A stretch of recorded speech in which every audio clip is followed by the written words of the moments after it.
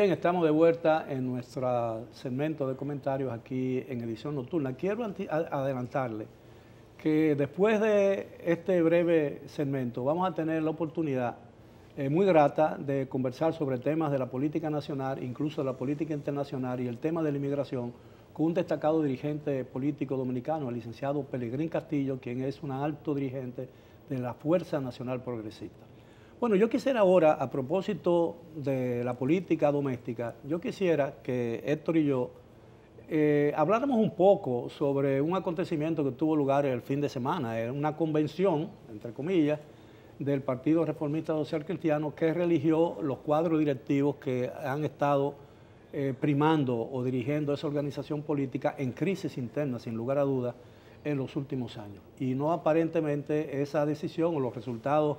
de ese evento parecen proyectar con mayor intensidad la división interna que afecta a esa organización en la oposición, después de haber gobernado el país durante 22 años, durante la época del doctor Joaquín Balaguer, que fue su mentor, guía y más alto, indiscutible dirigente que no ha podido ser reemplazado en esa organización política. Incluso uno de los periódicos dominicanos, en el día de ayer, el periódico El Nacional, tituló en primera página diciendo que los resultados de ese evento confirmaban la existencia de una crisis interna en el Partido Reformista y reportaba inmediatamente que el licenciado Víctor Hito Bisonó, Hito es su apodo, mejor conocido como, así es que se le conoce en el ambiente político, y que es diputado al Congreso por esa organización política y aspirante a la nominación presidencial por los reformistas, anticipó o adelantó que convocaría a otra convención por rechazar los resultados que considera ilegítimos de lo que tuvo lugar el fin de semana en esta capital. Bueno, comenzamos el programa hablando de una farsa en Venezuela, esto guardando las distancias, porque se trata de un proceso de un partido que no tiene esa connotación, ni tiene ese impacto, esa relevancia, pero se parece mucho porque es un proceso también que le faltan los elementos esenciales de un proceso democrático. Ahí no hubo rivales, el proceso fue cuestionado por un sector importante, o sea, de antemano, un sector importante del Partido Reformista Social Cristiano. Nada más hay que ver, por ejemplo, las imágenes para darnos cuenta no de los presentes, sino de los ausentes, de los grandes ausentes. Imagínate un evento de esa naturaleza en el que tú no veas a Hito Bisonó, no veas a José Enrique Suet, a Marino Collante y a otros dirigentes que habían sido expulsados, José Jacín Frappier, otros dirigentes también que habían sido expulsados del PRCC, pero que el Tribunal Superior Electoral ordenó a que fueran reintegrados, como el caso de Modesto Guzmán y Alexandre Izquierdo, y los Bogar, Luis Bogar y Gerardo Bogar y Miguel Bogar. Este proceso parecería la segunda parte de lo que pasó en septiembre del año pasado, parecería un déjà vu, con la única excepción de que no se hizo otra asamblea. Es decir, otra vez en septiembre se hicieron asambleas paralelas el mismo día, pero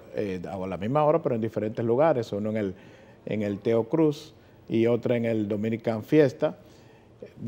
Son dos mitades del Partido Reformista Social Cristiano, o sea, son dos sectores igual de importantes, igual quizá del mismo tamaño, que hicieron dos asambleas diferentes, y el caso, como se esperaba, se fue al Tribunal Superior Electoral, el Tribunal Superior Electoral anuló una, luego anuló la otra. Se supone que el Tribunal Superior Electoral lo que le está diciendo a los dirigentes, pónganse de acuerdo, convoquen de manera unificada a un proceso con las garantías suficientes, en la que sea participativo, que sea democrático, pero se insistió en seguir cada cual por su lado, y Quique, con el mismo grupo que había hecho su asamblea, hizo otra en el Teo Cruz, con el agravante de que en esta, según el otro sector, que eso deben probarlo, se hicieron modificaciones de manera irregular en el padrón. Es decir, que hubo exclusiones, gente que debía estar y no estaba, y también se agregaron gente que no debían estar. Bueno, el Partido Reformista ha ido empequeñeciéndose desde la desaparición física del doctor Joaquín Balaguer. Y evidentemente los dirigentes que han estado al frente de esa organización política no han tenido la capacidad ni el deseo aparentemente de rescatar los valores que pudieron haberse sembrado a lo largo de toda la administración y toda la existencia del doctor Joaquín Balaguer al frente de esa organización política, es decir, el activo principal, el liderazgo que representó, los valores que pudieran estar dentro de la doctrina social cristiana. Yo creo que son muy pocos los dirigentes del partido que realmente creen en la doctrina demócrata cristiana y la conocen. Eso es una realidad, por la forma en que actúan y por la forma en que hablan y la forma en que se pronuncian incluso y cómo proponen y lo que proponen, tanto en el ámbito congresional como en el ámbito de la vida partidaria y en el ámbito de la vida social. Entonces, yo creo que en el Partido Reformista ha pasado o se hace evidente una falta de visión del papel que ese partido podría desempeñar en un futuro inmediato o a mediano o largo plazo en la República Dominicana. Y cada paso que ese partido da se empantana más. Es como cuando usted camina en arena movediza, que se va hundiendo, y llegará un momento en que la tierra se lo tragará. Ha pasado con organizaciones que en su momento fueron mucho más grandes o tan grandes como el Partido Reformista. Y yo me permito recordar en este momento a la Unión Cívica Nacional y al 14 de junio, el partido 14 de junio, que representó en su momento como ningún otro el ideal de libertad y de esperanza que han tenido los dominicanos en los últimos 50 o 60 años del siglo pasado.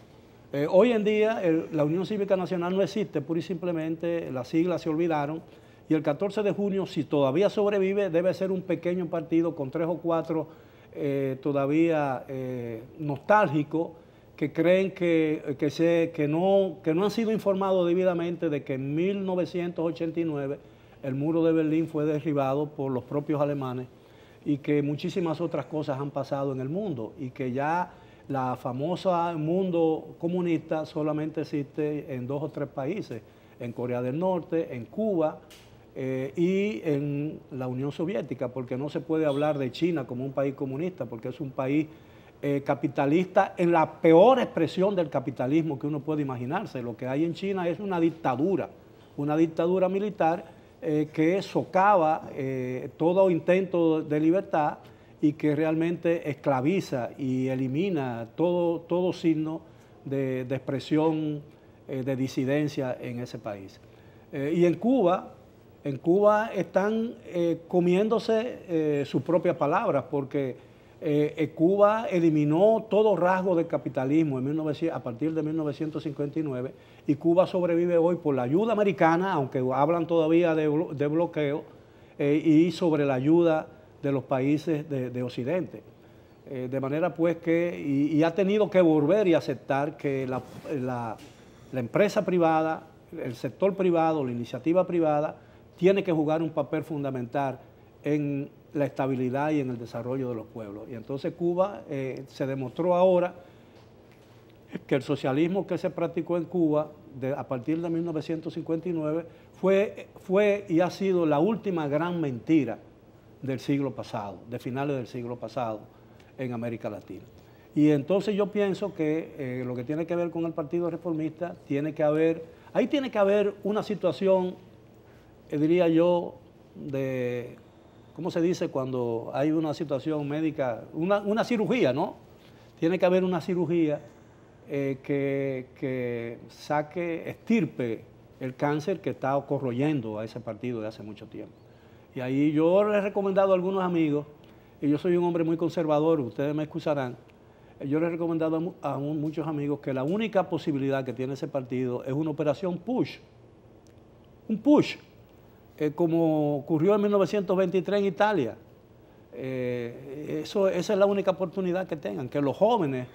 que todavía creen que puede, a través de la democracia cristiana, puede este país avanzar un poco, puede ser una oferta electoral en el futuro, realmente asuman el papel que le corresponde en esa organización política. Hay valores ahí que no merecen ser sepultados, que merecen ser rescatados, pero como decía Albert Einstein, y todo eso se repite mucho y se lee mucho en estos días, usted no puede pretender un cambio, que las cosas mejoren, haciendo siempre lo mismo. Yo pienso que lo que ocurre en el Partido Reformista Social Cristiano es otra muestra de lo necesario que es para el país tener una reglamentación, tener una ley de partidos, pero también hay que señalar que hay un problema de cultura política. O sea, la legislación sin duda debe ayudar, es importante, es necesaria, es urgente, debe ser aprobada, pero hay un problema también de cultura política que no solamente se puede arreglar con una norma legislativa. Insisto en que sería un buen comienzo, ley de partido, la reforma electoral, y de hecho ya el Tribunal Superior Electoral, el hecho de que haya sido creado y que esté en vigencia, ha ayudado bastante para que algunas cosas no ocurran en los partidos políticos y para que se corrijan algunas cosas. Sí, pero el Tribunal Superior Electoral no puede hacerlo todo. El Estado Dominicano está súper hipertrofiado. Hoy en día hay demasiadas instituciones del Estado y eso significa un costo muy alto y oneroso para el país, pero además hace que el país camine más lento que un elefante. Es decir, con tantas instituciones y tantas cosas, esto hay que cambiarlo. Yo creo que el país tiene una enorme oportunidad, una brillante y excepcional oportunidad en el 2020. Es la hora de introducir con el voto, introducir cambios en la vida política dominicana que ayuden a despejar el panorama y hacer que el futuro se vea, porque muchas veces, por lo que vemos diariamente, no observamos la posibilidad de que en el firmamento se aclare el panorama y podamos ver y vislumbrar a distancia el futuro nacional. Bueno, tenemos que hacer una pausa. Gracias, Héctor, por acompañarme. Y vamos a hacer la pausa anunciada y después de ella vendremos con nuestro distinguido invitado de hoy, el licenciado Pelegrín Castillo.